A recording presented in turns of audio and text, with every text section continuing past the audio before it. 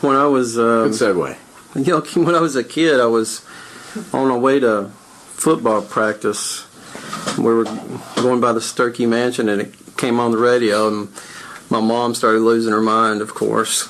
And we pull up to my dad and another car right there.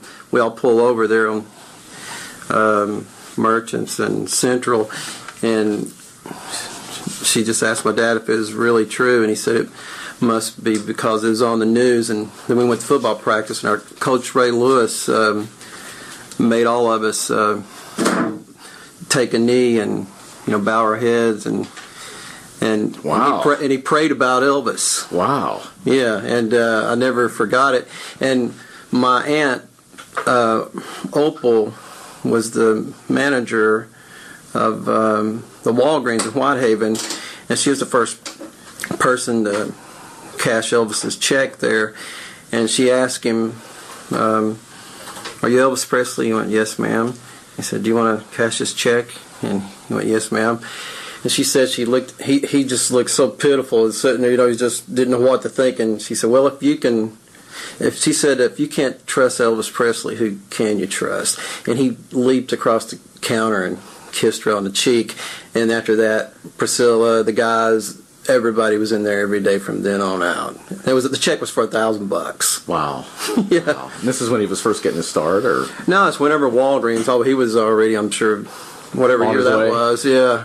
And when they opened it up, but I remember when Elvis died. I was 7, and all this chaos was going on. And I said, "Who is Elvis?" I had no idea. I'd never even heard of the guy. And it took a few years, but boy, once you hear that voice and you hear that music, you're just never the same. I mean, there's just something. You and I talked about how we used to both go to Kmart. Yeah. You got to tell the story about how you hid the albums. Tell it, brother. Tell it. Well, don't hold back. Well, I mowed everybody's yard in the neighborhood at the time when I was still mowing yards, and every album that came out, or they had over, the women would gather around them and hog them all up and take them, and I never could get them. So, in between yard mowing, so I would go grab whatever albums and I'd take it to the lawnmower section, and I would actually put the albums under the lawnmower, sitting up on those golf green things, Yeah. And when I'd mow a yard, I'd always ask for $5.27.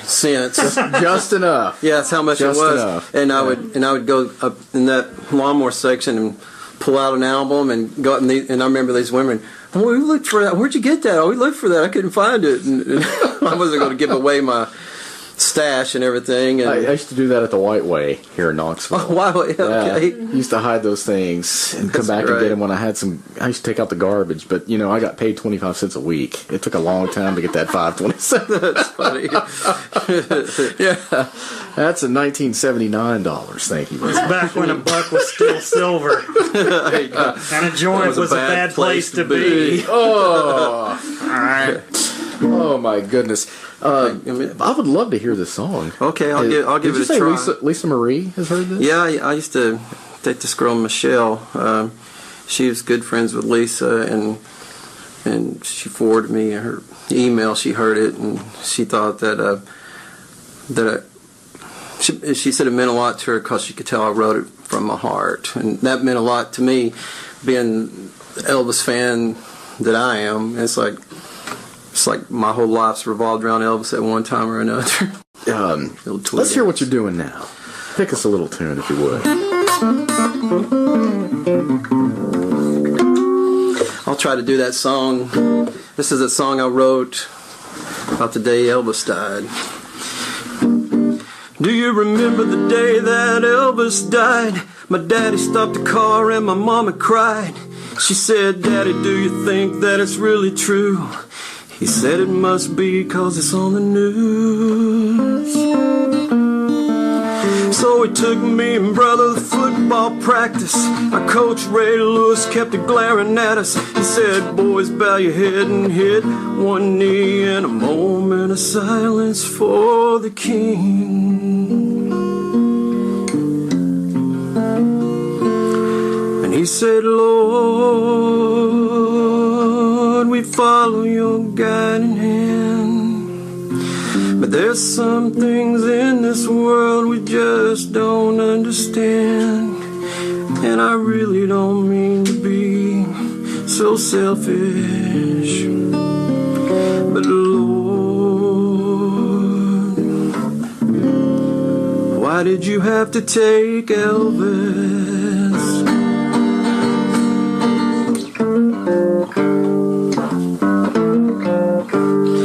I was 9 days away from being 14. I had his every record in his magazine. We went to his house back in 75. His uncle let us in while he slept inside.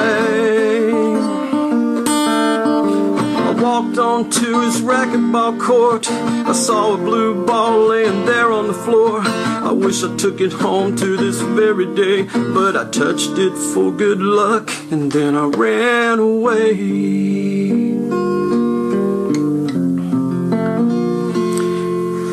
Lord, we follow your guiding hand.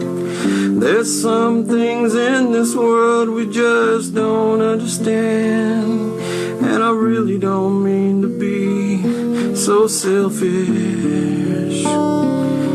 Lord, why did you have to take Elvis?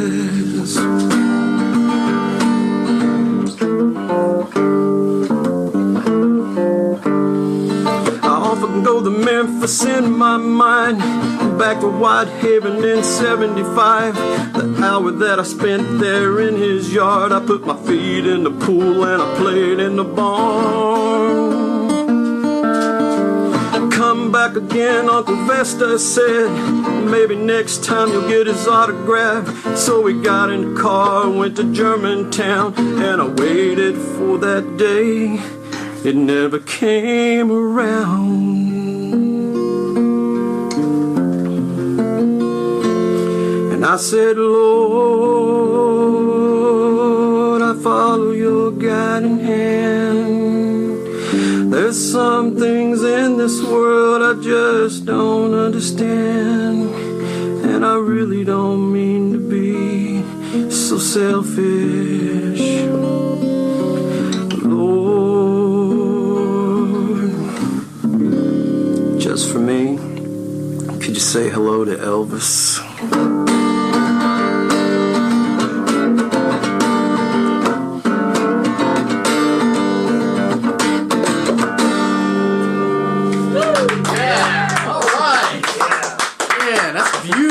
Well, thank you. That's beautiful. That sounds so good. That's just you're gonna make me cry. You know that. I'm a little teary-eyed over here. Something sprung a leak over here.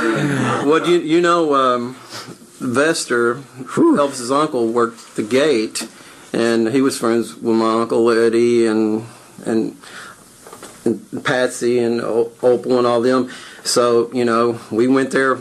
I really remember that blue racquetball, and I thought there was cameras and everything. I think there were cameras up. I don't know. But I ran over there and touched it, and I almost grabbed that thing. And I just wish I would have. I wish you would have, too. So you were there when he was alive. Yeah. Then I went back afterwards, too. But I've really never been all over the ground. I've been threatened to go back down there.